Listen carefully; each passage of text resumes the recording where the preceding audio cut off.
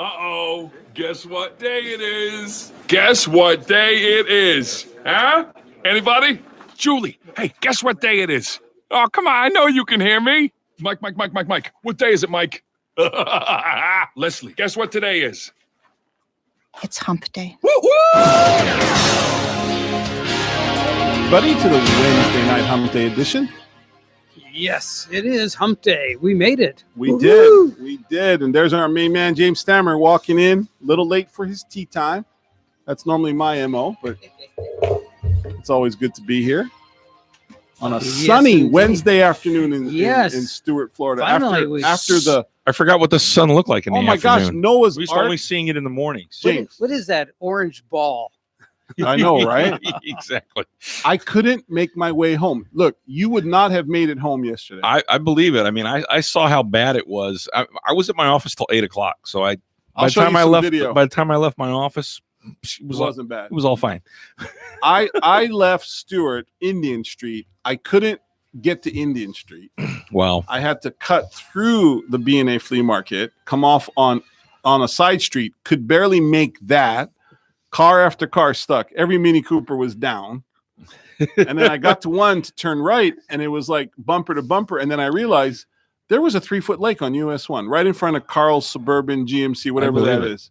Oh my gosh, it was so much water. Yeah, I'm with you. I would not have been able to make it. In fact, my parking lot was a little dicey for a while at my office. I'm watching going, man, am I going to have to go out and put swim wings on my car? This is so like silly for me to ask, because you'd think a kid that grew up in Hawaii would know how to drive through water, but Hawaii doesn't. It rains and it floods, but it's gone. Yeah, you got a lot of elevation change. It doesn't just lay somewhere. So moves. What's the proper way? So if you have a small car, like me, like you, do you just go? Slow? Do you just go as fast as you can and not stop? No, I try not to go anywhere near it because it's. No, but what's the answer? Because I'm watching guys, they think, oh, if I just go fast, because when you go fast, you displace water, right? And I don't think that works very well. I don't think that works either. Frank, do you know, Frank? What's the correct? Well, I think your method works great if you actually have a boat. Yeah, you get it on plane. Yeah. Because the car's wheels are still on the ground, but with wheels, you're just going to go deeper and deeper. No, you got this thing called this engine well. And once it hits the well, it's done. Yeah. You're out. Yeah. So that's what I think. Yeah. But I kept watching people think that if they just go really fast, right, they'll sort of cut through the water. And I'm like, these are not engineers. No. Thank God. Right. I watch too many Coopers and somebody else just get and now they're trying to get out of the car and don't open your door. But I guess what else they open the door, boom, that thing's gonna flood right in. Oh yeah. They got 2 feet of water in that car. Mm-hmm.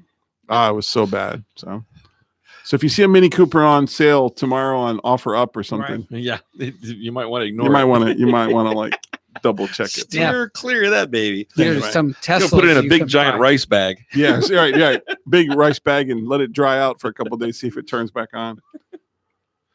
Exactly. You have to buy the mother load of rice bags for a Tesla. Yeah. You have to dry those, the whole electrical components, right? Yeah, really. Can you imagine trying to? It's really been hurting my golf attempt. My practice routine. I wake up in the morning and it's nice, and should I go? And I'm like, nope, I go to work, do my thing, and then I always think, oh, it's going to be okay this afternoon. I'll play in the afternoon. And of course, the only day this week is today. It's today. And I was questionable, but I had lessons, and we got the rain out of the way early. And who's open now? I mean, Martin County's probably open, but that's about it. No, I got an email from them. They were closed today. They were closed. They were today. smushy too. Yeah. Closed today. Too smushy. Yeah. Yep. Well, good. At least they squishy. Was that the technical word they used? It's squishy out there. Yeah. All right. Too squishy. Now, did you get the email from Indian Hills in Fort Pierce? And it says we're open. Yeah. I mean that place does not. You can literally watch the water just drain away like watching it go out of your sink. It is. I mean, it's that kind of place. They're on that sandbar, that sandy area, that sandy ridge along US 1. And yeah, you can literally just watch the water disappear. Yeah. Well, we'll be open tomorrow. So that's part of their marketing plan. Is it raining? Yeah, we're open. Yeah. Come on out. Oh yeah. We might even not even be cart pads only. That's crazy.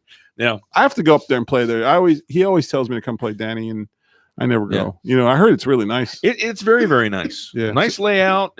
Much better than it used to be. Because the city took over, just Yeah. like and the same thing's going to happen to Martin County when the county really gets that right. Yeah. I mean, Martin County is in the best shape that I can remember going back 20 years. Yeah.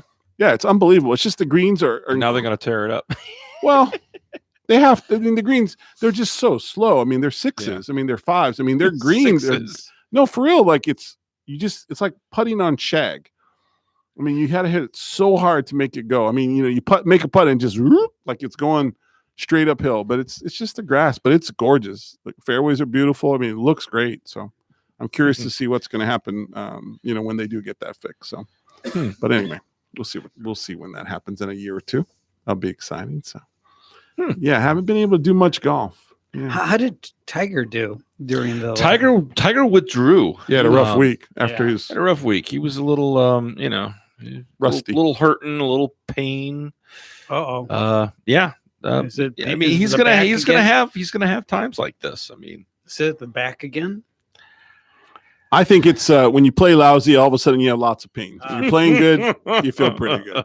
So I'm not going to say he's not in some pain.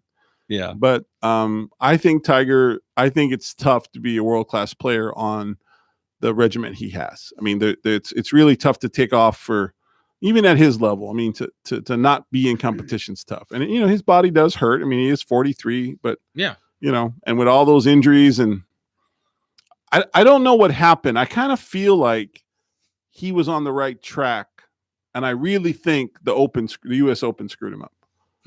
I think he won the Masters, and the Masters he looked effortless. He wasn't trying to overpower it. It's wide open, so he was able to like swing with confidence. It was effortless. And then the U.S. Open, you guys heard me say this. I think when the pairing with Koepka just ruined his timing. I think he stepped on it a little bit. Like I just won the Masters. I'm going to win the Open. And I'm going to play like this. And I think he just lost his rhythm. And then British Open, that is what it is. That's tough, And now we are where we are. So, but he didn't have to figure out where his meal was coming from, So I'm gonna keep humming that same song until somebody proves my opinion wrong, that they just have so much money right now in the game that it's tough for those guys to get motivated. I mean, there's obviously they're going to say they're motivated. They're going to say, well, they're doing their thing, but it's not the same as when you don't have any money and you haven't won your major and you're not, you don't have the bank account, It's a different kind of grind, And that's why I think there's always going to be new blood. I mean, the good news is this, that we're going to have a lot of different guys win, and we see it. Yeah. Guys that, Lowry, I mean, Lowry's a good player, but I mean, he was Irish. I guess you could have picked him, but was that his time to win? Yeah. Yeah. But he did. Yeah. Now let's see where he shows up again, right? Now he had a pretty good week, I think, the week after or something. He played a couple more times, but he'll go into major mode right now, Dubai called. Here's $5 million. I mean, you Beijing wind up called. doing all the talk show circuit, Oh, and interviews with all the sports, the big sports shows, and Agent everything gets else. to negotiate all new deals. Yeah. Everything's triple or quadruple or 10 times what you were getting. Suddenly you're doing a parquet commercial. Yeah. So who knows? I mean, you take every dime you can, because you never know when you won't be able to get it. We'll see what he does with Srixon. That'll be an interesting negotiation, because that contract just changed. Yeah. And gosh, the whole world got to see, Srixon for a lot. That was worth every penny. Oh yeah. So, but we'll see what that all kind of turns into, I guess, over time. But anyway. Well, one thing that'll be interesting to see is if they speed up any. In what sense? In playing. Oh, that was the big deal this weekend. I mean, it wasn't. Oh, I get. Yeah, I'm sorry. Yeah. Yeah. I mean, you talk about, they're not motivated. They've got enough money. Well, some of them. Some of them are motivated, and some of them are so motivated that they play too slowly. Everything's got to be absolutely dead perfect, and they got to be absolutely in the right frame of mind to hit the golf ball. Yeah. And I wrote my column this week on that, and yes, I can understand they're playing for a lot of money, but there isn't anywhere in the world, any job in the world where you can just basically take your sweet old time to get anything done, no matter what that's worth or how much you're getting paid. Right. There's an accepted amount of time you're supposed to get it done in. So what's the accepted time in Rocket Europe? science is what's the your- only exception. Yeah. Well, there's probably a few, right? Yeah. But what would you say the accepted time is for a professional tournament player to finish a round? What would you say is acceptable? I mean, obviously it depends on conditions. It depends on whether you have, are you playing threesomes, foursomes, or twosomes? But Let's say foursomes. Foursomes, I would say in a professional tournament and the conditions they play in, just no more than 5 hours. Yeah. I would like to see it, a little below that, but I'll give them a little more than it would take you and I to go out there and play, or our foursome to play, because we're not playing for as much money.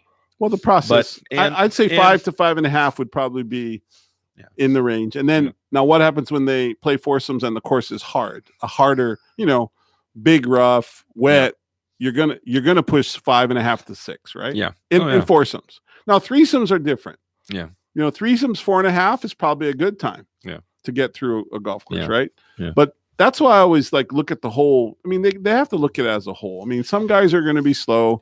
If they're taking too long, those people need to speed it up. But in general, I really don't think pace of play is massively imbalanced on tour. There's just a few times because of circumstances, balls getting lost.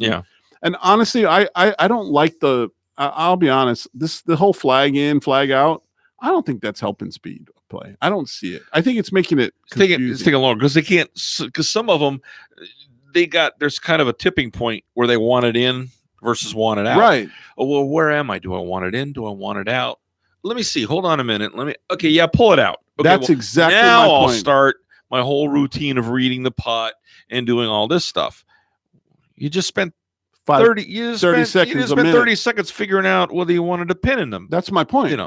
Before is everybody on? Yeah, pull the green, pull it out. Pull the pin and toss it on the side. How is that not faster? Now, the only way it's faster is if it doesn't come out. Yeah. And it stays in all the time. Yeah. Yeah. You don't have to worry about that. Would make it faster. Yeah. The flag is there to identify it and you never take it out. But yeah, I think that's a terrible rule. I really don't think that helped the game. I wouldn't mind if people just came back and said, I think we made a mistake there, everybody. Yeah. So, well, if you watch the Northern Trust this past weekend, you might have had a chance to see Bryson DeChambeau slow he's been getting slower as they've nicknamed him now.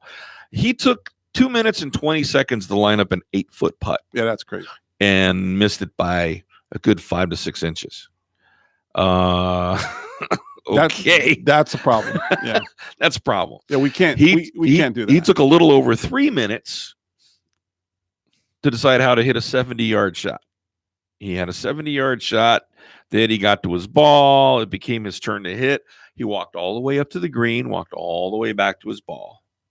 Then pulled out his yardage book, then talked to his caddy, then picked the club, then put the club back, then picked another club, then walked ahead about 20, 30 paces, and then came back to the ball. And come on. Yeah, that's too much. It's a little too much. And I guess he happened to be playing with Brooks Koepka at the time. Oh, Koepka must have lost his job. And I guess Koepka had said something, and his caddy said something to Bryson. And Bryson basically said to his caddy, if he's got something to say to me, he can come say it to my face. Well, Brooks walked right over to him and basically said, I'm here and I'm telling you right now. You need to speed up. This is a little ridiculous. So that's probably why he did it out of spite. It was probably more like, I'll show you. I'll screw you up all day today. Yeah. Now that would have made television. Now, if Koepka would have said, if DeChambeau would have said, oh yeah, you want to go? You want a piece of me? That would have been TV. Where's Bob Barker? Exactly. Yeah. And Bryson would have been trying to measure out his angle of his first punch attempt. And Koepka would have just conked him with like a fist, not even a punch, just like a pound, like just took his hand straight up and went boom, like a sledgehammer hitting a nail. Sledgehammer, yeah. That would have been some funny. His feet would go right into the ground and stars would come out. It's like topple whack-a-mole. over. It's like whack-a-mole. Like right as it Whack-a-mole. pop. Whack-a-pro. Whack-a-pro. That's it. Oh, Now, DeChambeau has to be careful. Yeah. Because he's getting this. His brand is becoming odd.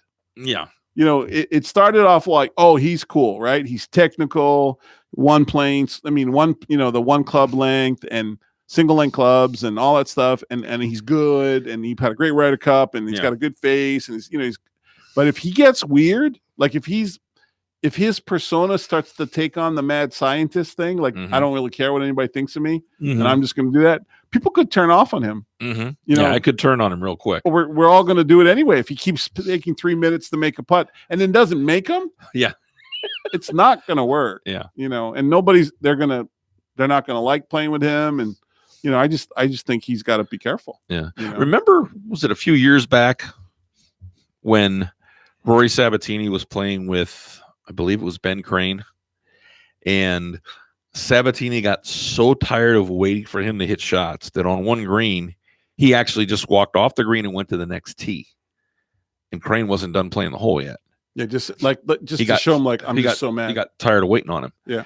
And Ben Crane went on to say, I'm not, I'm playing for a lot of money. I'm not going to pull the trigger until I feel that it's my time to hit the ball. And And where's Ben Crane now? Where's Ben Crane now? No, yeah, exactly. Yeah, he had his push with his NFL outfits, and that was the guy that wore the NFL like the Payne Stewart stuff, right? I think he tried it at one time. Yeah. Anyway. Yeah. But he had a good run too. But you know, Rory Sabatini, another name that just disappeared from the planet. Haven't seen him around forever. I'm sure he's there, probably playing a European tour or something. Yeah. So the PGA Tour has put out an announcement that they are in the process of reviewing their pace of play policy. Now, hopefully they're not as slow at reviewing it as some of the players are at playing. But that's just them trying to make a few guys nervous. Yeah. Fine them. Take some pay, take some money. DeChambeau will speed up instantly.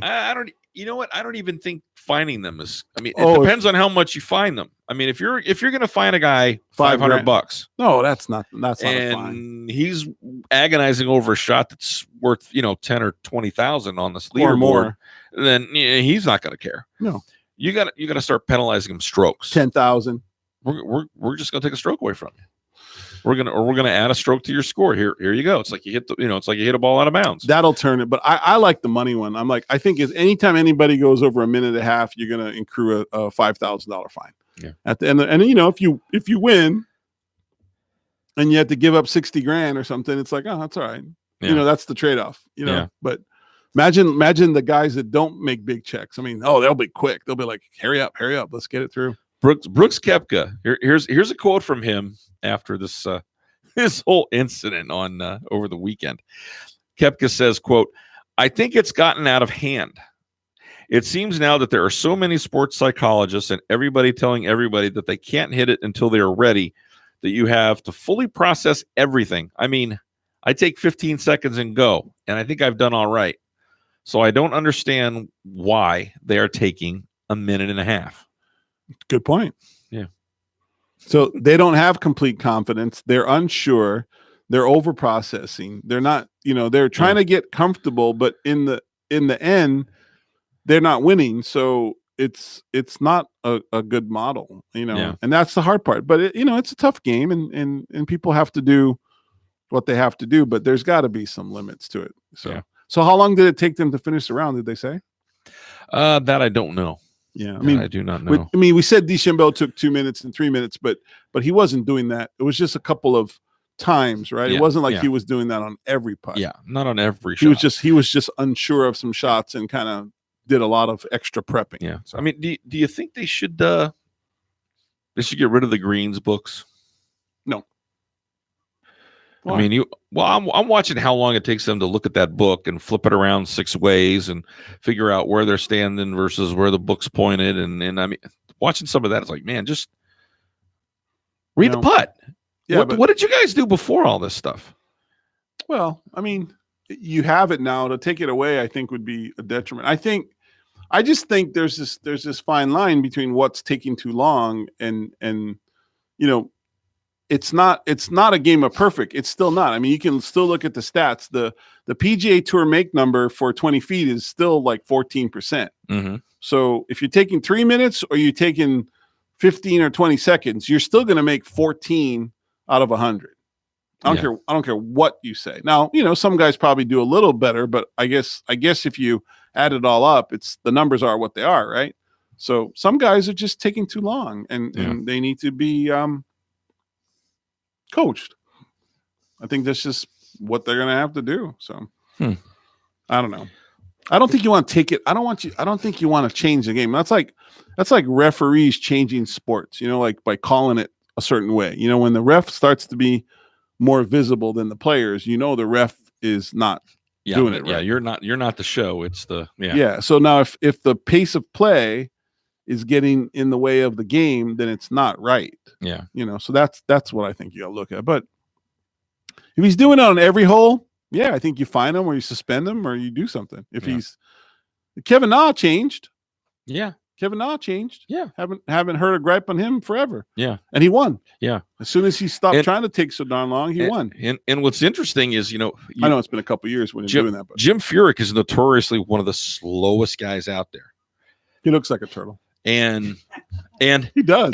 And you don't really notice it. You don't really notice it on TV because TV has learned what his routine is and catches him when he's ready to go. And they know this whole first spiel of standing over the ball, wiggling and getting all set up is all going to start all over again. So we won't even go to him yet. We'll wait till he's backed off the first time and then he gets to now we'll go to him because now he's finally going to hit the ball. so you don't get to see his whole routine. You don't get to see his whole long dragged out routine. You get the revised edition. Get the abridged version. Yes, the abridged version, exactly. Abridged version. Mm-hmm. Okay. You like my shirt today, James? I like your shirt today. That's very Frank, aloha spirit. You're almost in the mood, Frank. Yeah, see that? Yeah. You could go to work in Hawaii with that. There it is. Borderline, but borderline. Those the flowers on your sailboats. I'm just plain blue. I'm boring today. All right. You are kind of boring. It's not even Friday. I was like, yeah, I'm gonna put this on today. Good for you. I like that. All right. It goes with my flip flops and shorts on. There you go. No one ever gets to see, but we're gonna take a break. Yeah, is it time? We'll check in with our guys. Yeah, we're actually past. Yeah, and if you want to join us, 220-9788. And we are online live too, streaming. We'd like to hear from you guys. Yeah. Check us out.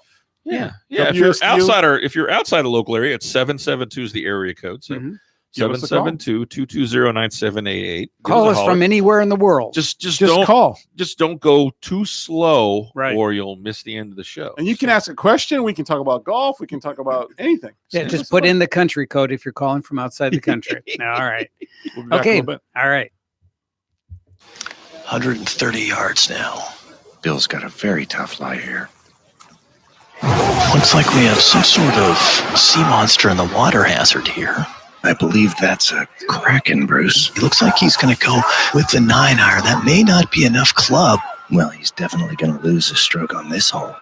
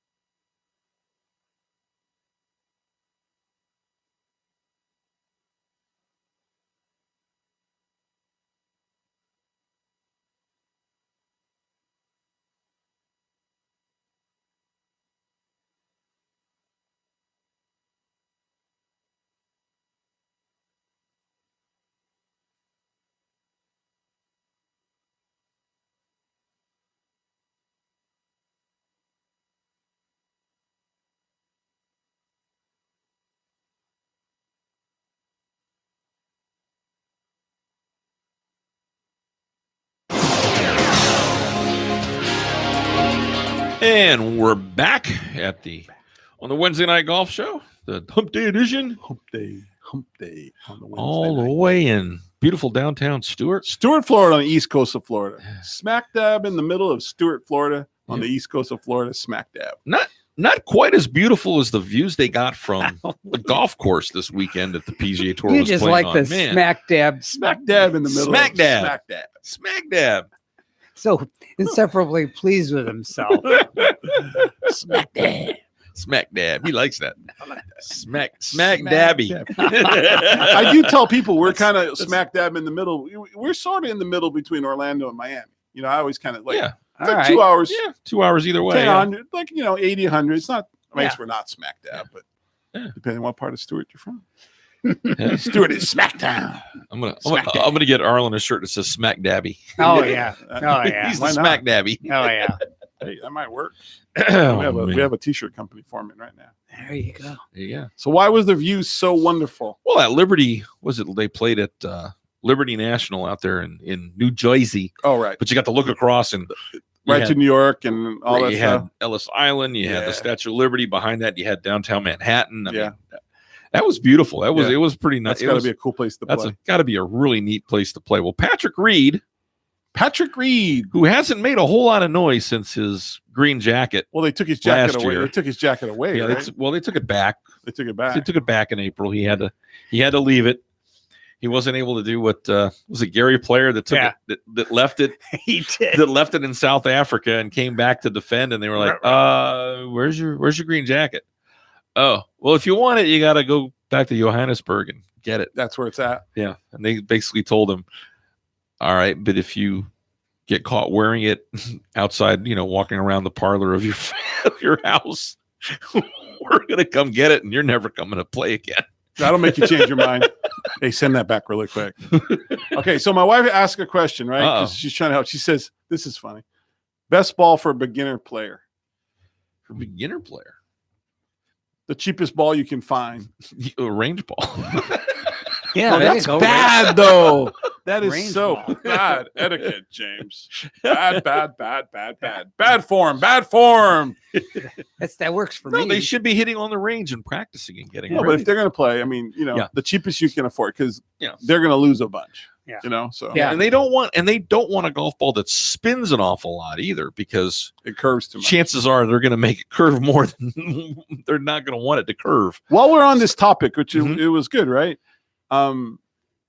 People don't know that most used balls come out of ponds. I mean, Oh yeah, I do some business, some web work with a company that dives for ponds, and I just want to bring this up because I think it's a little fascinating. Do you know that certain, like some of the ponds at some of these big courses, the alligators are like 10 to 12 feet. oh yeah. I mean, those are like I'll bite you and kill you in a split second. Oh here. yeah. Or you have to bring a tickle stick with you. Or something, or but anyway, it's just like that. Oh, yeah, that's the best diving in thing for those good ponds players, is for pretty- new players is- to get used It's balls. pretty dangerous. Yeah. My wife said boo. She said that's not a good answer. What, our answer? Yeah, like used balls are the cheapest you can find. And I'm like, that is the answer. It's not boo. That's the answer. She wants it to be the ones that Arlen sells at his shop. Arlen doesn't have. Well, I've got used balls. Yeah, you can come. I got a ton of them, but $5 a dozen, whatever. So Yeah. Hey. whatever you can get your hands on that. Yeah. There you go. You're not gonna fall apart. But don't steal balls off the range. Yeah. That is just not cool. No, my dad, I remember, cleaned out his garage and Got a bunch of range balls. no, Oh, but I found like he used to put golf balls in egg cartons. for what reason? Because he had a dozen balls. They fit nicely in an egg And crate, they I do, guess. and they do. Yeah, and he had a shelf, and I was looking at this shelf going, I hate to even think what's in these egg Old- cartons. Yeah. I'm thinking, oh boy, this could be really bad. So what did you pop them open? I What pulled it were out, I they? popped it up, and I was like, oh, they're golf balls. Well, some of them were so old that they weren't even white anymore. Yeah, they were like brown. they were like the color of your shorts. They were Yeah. like a khaki color. It's like, boy, these can't be any good. Yeah. So my mom, you made me say mom. Ruh-roh. I'm looking at two things. My wife, oh my Mhm. gosh, she's gonna get me for that. She said Volvic. I'm like, no. Volvic are pretty, But Volvic aren't cheap. Oh, she wants those. She likes those flat, the new matte bright color ones. Oh, those are pretty, but you're yeah. every time you throw one in a junk, you're throwing $3 away. All right. Yeah. So I got to ask this question now because this begs the question: do you golf with your wife? So There's yes. a pause here. No, Okay. there is. My wife likes to go. She doesn't actually, play. it would have been, do you play a round with your wife? No.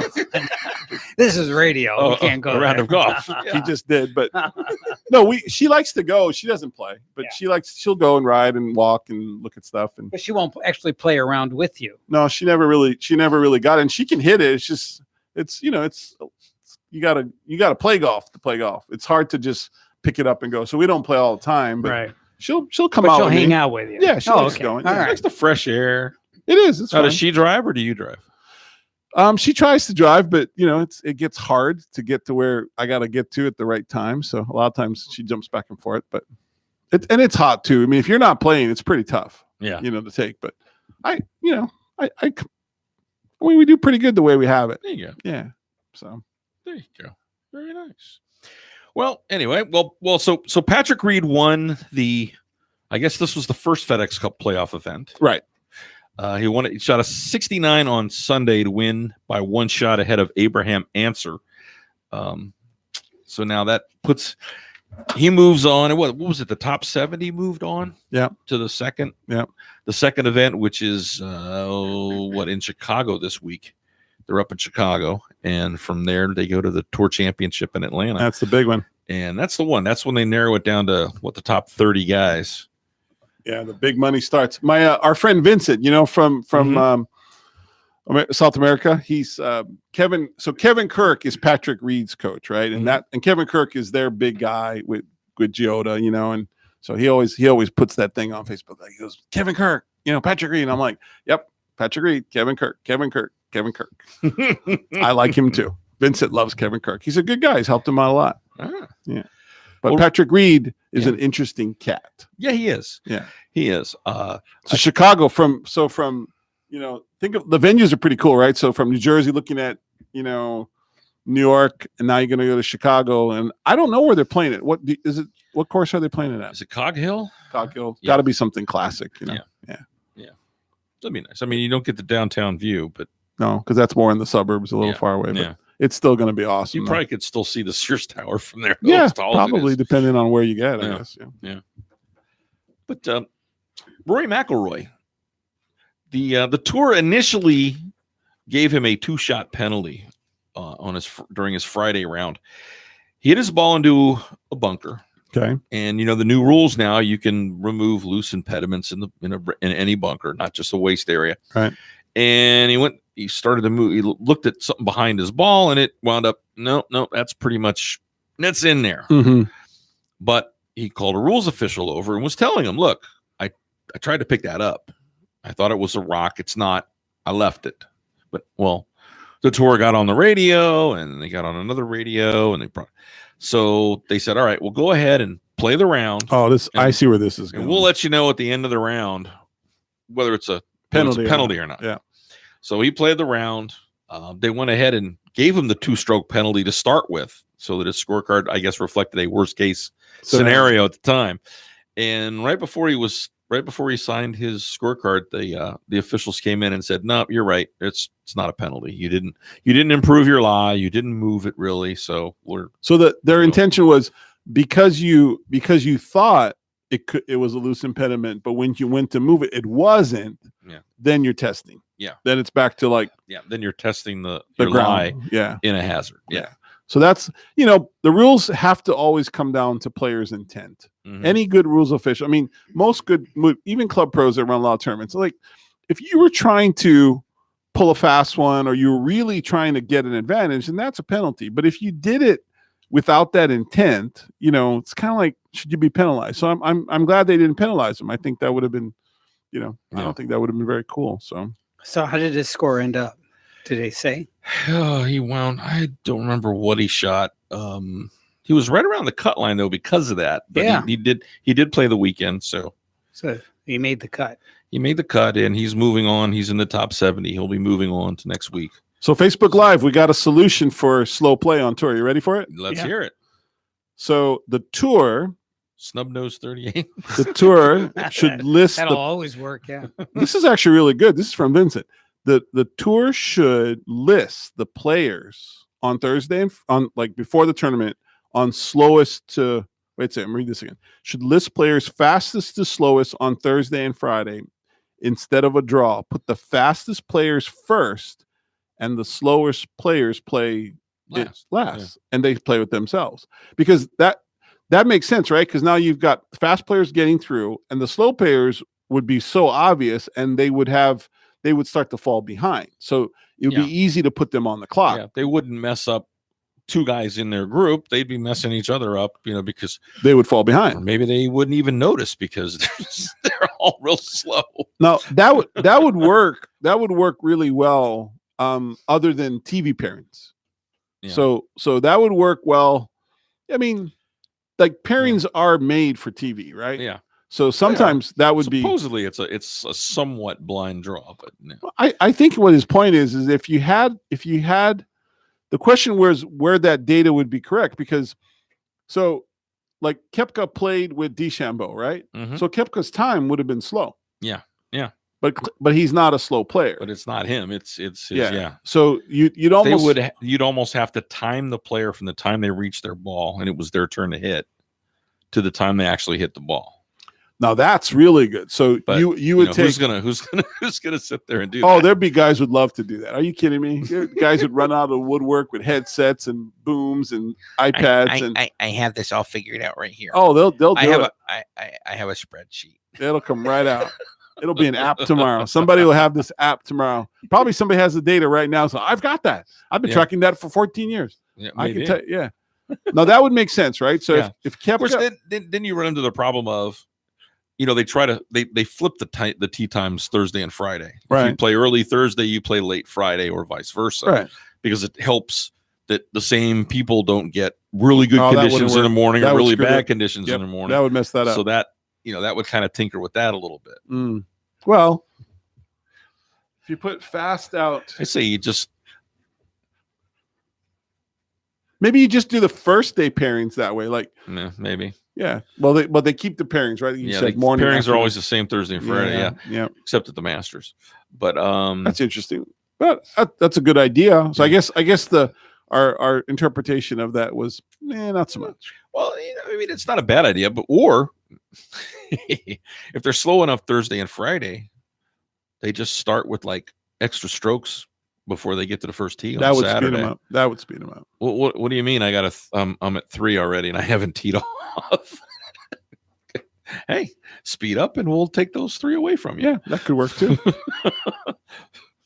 Who knows? So Vince says fast players go off front and slow players go off back. Well, but again, it goes back to the whole pairing issue. Eventually, you're going to bump into them. Yeah, it's like when you run a tee sheet at a golf course. If you had a club and you're doing a split tee, you put all your members off the front. They're gonna finish that front way quicker than a group of players that doesn't know your golf course. Yeah, So, I mean, I guess you could figure it out, but I think the whole idea is if they just posted the slowest to fastest all the time, and came up with some way to track that stuff. Or let you heckle them, during their round. Well, no, we can't get there, but that, I'm all for that. I'm like heckle, and at the end of the round, you could have put on big giant golf ball looking boxing gloves and have them like knock each other out for who's going to tee off what. That would be now we're talking, Frank. We always get to that point there. I like that. The Rock'em Sock'em. Yeah. Rock'em Sock'em. Remember that? Rock'em Sock'em robots. Their chins pop loose. There it is. Now we've got something. There we go. Now we got the game turned. All right. Taking a break? A little more excitement, too. Cool. Well, give us a call. That's some good stuff we're getting on Facebook. Right. And give us a call again. What was our number again? I always forget. 772-220-9788. 9788. We'll be right back.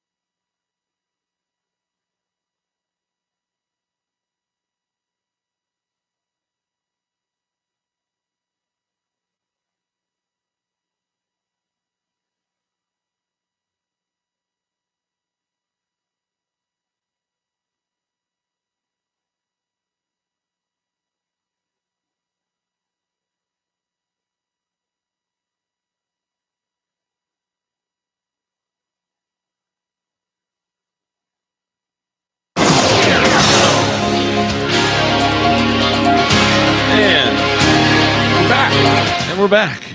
Woohoo! We're back. We're having a good show tonight. Yeah. And congratulations to Michelle Wee. What did Michelle Wee She do? got married. What? Weekend. No, she did. Yeah. Yes, she did. Who'd she marry? She married. Let's see. Oh, Mr. His last name is West. Mr. West. Dominic West. What? Yeah. Yeah. Congratulations. They make a pretty couple. I'm sure.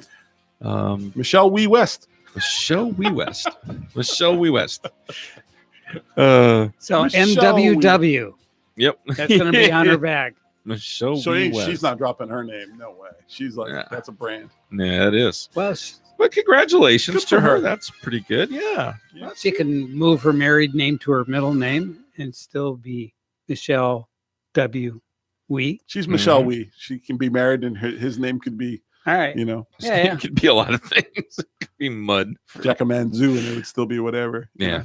All right. Yeah. And of course you always get the idiots, the nitwits that have to, comment on social media. One of the funnier ones though was, you mean she didn't get hurt putting her dress on because she's been hurt like so often lately. Oh yeah, she's always That, had injuries. Yeah. But yeah, so People congrats to congrats her. to her. That's Yeah, nice. exactly. How old is Michelle Wee now? She's got to be in her late 20s. Yeah, I was like 27, 28. Yeah. So, well, that's kind of cool. So Yeah. we'll see how that all kind of ties together. See Now how we get to see how married life affects her career. Yeah. Yeah. And her wins and all the stuff. But I think she's done pretty well. Don't you Yeah, think? she has. Yeah. One other bit of ladies news, actually two things real quickly. At the Ladies Scottish Open, 55-year-old Laura Davies had a hole-in-one. Man, that's a name you haven't heard in a while. But I have not heard her we name talk in a about her long at least time. once a year, though. She pops has up. She's missed 11 consecutive cuts going into this past weekend. Made the cut. Yeah. That hole-in-one, I'm sure, helped. Yeah. And what might be one of the best rounds of the year. Yep. Me Young Her shot 66 on Sunday at the Ladies Scottish Open to win by 4 shots. Me Young Her won the Scottish Open. Now, you might think, okay, Me Young Her? Me Young Her. Yep. Me Young Her. Me, like M-I? M-I-J-U-N-G. Jung. And then her, H-U-R, her. Ming Jung Her. Yeah. Shot 66. And if you watched any of this round on Sunday, She related to Ben Hur? yeah, I don't know.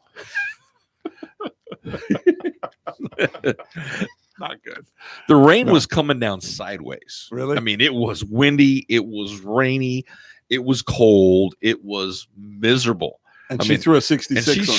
she threw a 66 up there to win by 4 shots. She killed it then. So probably one of the best rounds of golf of the year. Yeah. When you consider the pressure of being in the Scottish Open and The conditions. the conditions that she was playing in.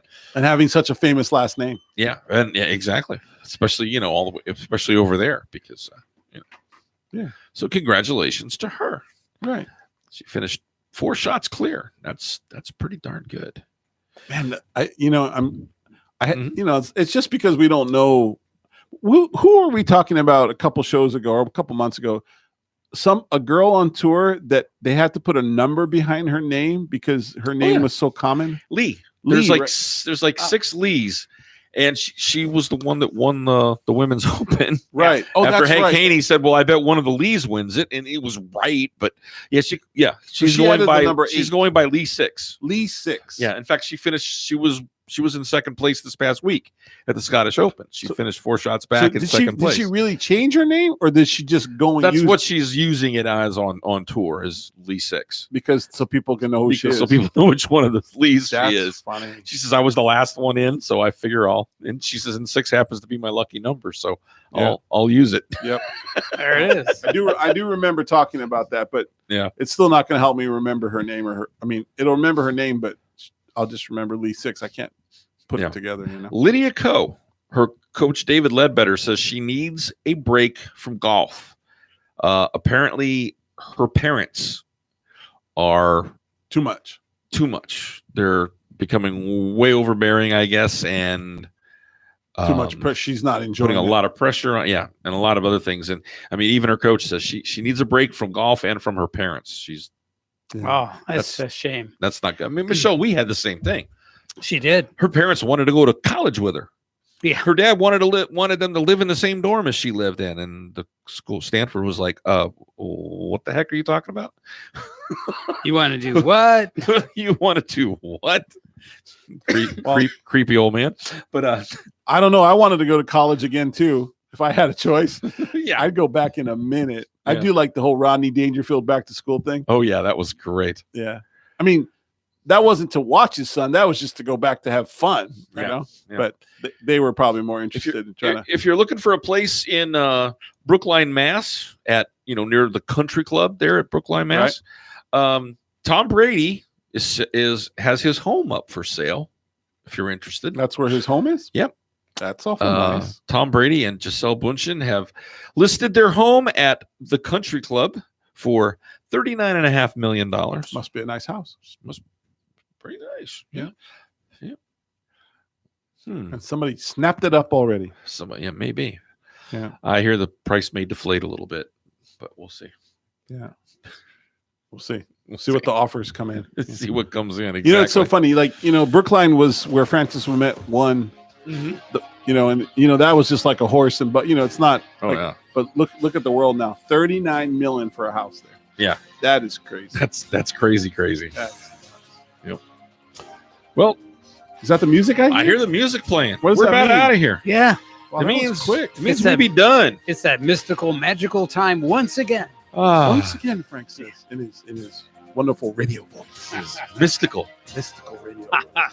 Mystical radio Well, voice. thanks for tuning in, everybody. Yeah. We'll See talk to you week. next Wednesday, everybody. All right. Have a good week.